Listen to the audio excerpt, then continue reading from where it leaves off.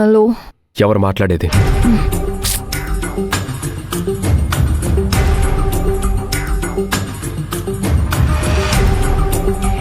నేనే. నేనే ఏంటి? మీకంటూ ఒక పేరు లేదా? మీకు నామకరణం జరగలేదా? మీ పేరు మర్చిపోయారా? ఆది గారు, నేను శిశిర. ఓ శిశిరా. హే, హాయ్ శిశిరా. ఇది మీ నెంబరా?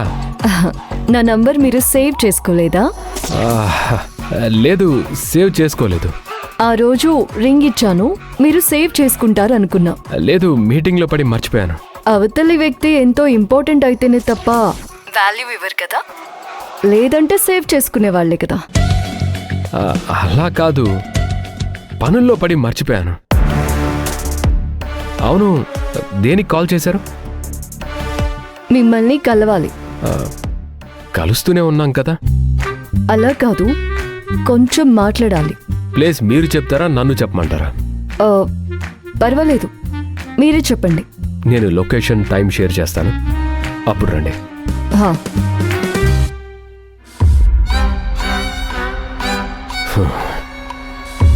నన్ను అర్థం చేసుకోవడం నీ వల్ల కా శిశిరా. రజనీకాంత్ సార్కి తెలిస్తే ఏమంటాడో ఏమో. ముందు ఆది బైక్ ఫోన్ చేద్దాం.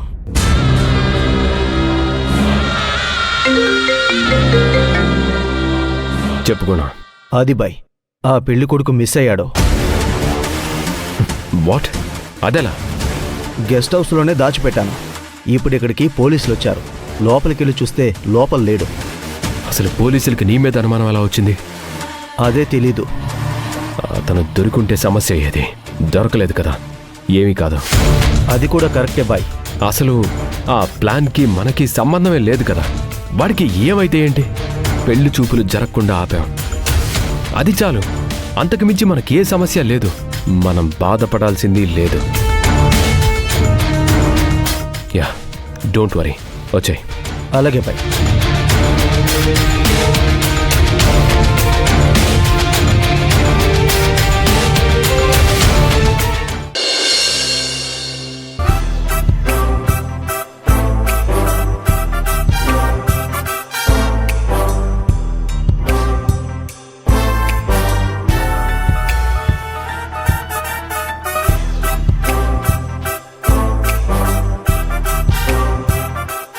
ఏంటి సైలెంట్గా దొంగలా వచ్చావు?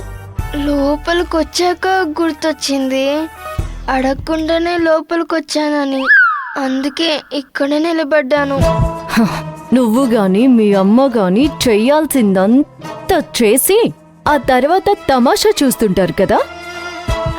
పిన్ని, ఒక ప్రశ్న అడగనా? అడుగు. దీన్ని లిప్స్టిక్ అని ఎందుకంటారు? స్టిక్ వేసుకున్నా కూడా లిప్స్ కదులుతూనే ఉంటాయి కదా. జోకా? నవ్వు రాలేదు కదా? అస్సలు రాలేదు. పిన్ని, బయటికి వెళ్తున్నారా? అవును. నేను రానా? ఎక్కడికి? నీతో పాటు బయటికి. వద్దు, నేను వస్తాను పిన్ని. నేను పని మీద బయటికి వెళ్ళాలి. పర్సనల్ పనా? అవును. అయితే నేను వస్తాను. నేను ఒక్కసారి వద్దు అన్నాను అంటే వద్దు అని. ప్లీజ్ పిన్ని, నేను వచ్చినా గొడవ చేయను, సైలెంట్ గానే ఉంటాను. పెళ్ళికి వెళుతూ పెళ్లిని చంకన పెట్టుకుని వెళ్ళడం అంటే ఇదే. పిన్ని ప్లీజ్ పిన్ని. ఏయ్, బుద్ధి లేదా నీకు? విసిగిస్తున్నావు? చెప్తుంటే వినా? నిన్నిలాగినా పెంచేది మీ అమ్మా నాన్న? అవునులే, వాళ్లకంటూ ఒక పద్ధతి పాడు ఉండి చేస్తే కదా నిన్ను పద్ధతిగా పెంచడానికి. అమ్మ నాన్న ఏం చేశారు పిన్ని? నిన్నింత దరిద్రంగా పెంచారు కదా, అంతకు మించి ఇంకేం కావాలి చెప్పు. పైగా నీతి కథలు చెప్తుంది మీ అమ్మ. వెళ్ళ, అవేవో నువ్వు నేర్చుకో. అసలే లేట్ అయిపోతుందని నేను కంగారు పడుతుంటే వచ్చి ఇక్కడ టైం వేస్ట్ చేస్తున్నావు. వయసుకి తగ్గట్టుగా ప్రవర్తించు. వెళ్ళు, పో ఇక్కడి నుంచి.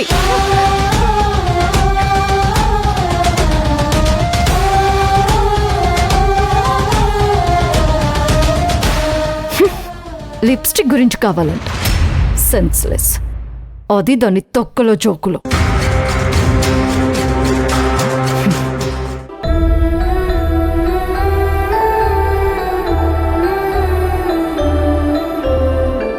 భవానీ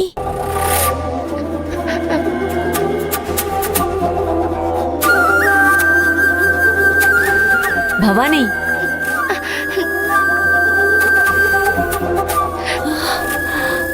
భవానీ ఎందుకమ్మా ఏడుస్తున్నావు? ఏం లేదు. ఏమీ లేకపోతే ఎవరు ఏడవరు కదా. ఏం లేదు. చెప్పు భవానీ, నేను మీ అమ్మమ్మనే కదా, నాకు తెలీదా? నిన్నెవరేమన్నారో చెప్పమ్మా. ఏం లేదవ్వా. అరే చెప్పమంటున్నాను కదా, ఏమైంది? ఏంటి అమ్మగారు అలకబూనారు? అది అలక కాదమ్మా, పాప ఏడుస్తూ ఉంది.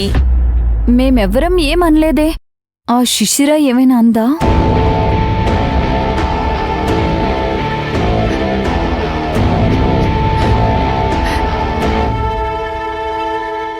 శివగామి, నీ కూతురికి కొంచెం బుద్ధి జ్ఞానం నేర్పించు. ఎక్కడ ఎలా మసులుకోవాలి, ఏం మాట్లాడాలి, ఎలా ప్రవర్తించాలి అనేది నేర్పించు. అర్థమైందా? ఏ నేను నిన్ను తిట్టడం తప్ప మళ్ళీ ఇక్కడికి వచ్చి ఏడుస్తూ కూర్చున్నా? Shameless fellow.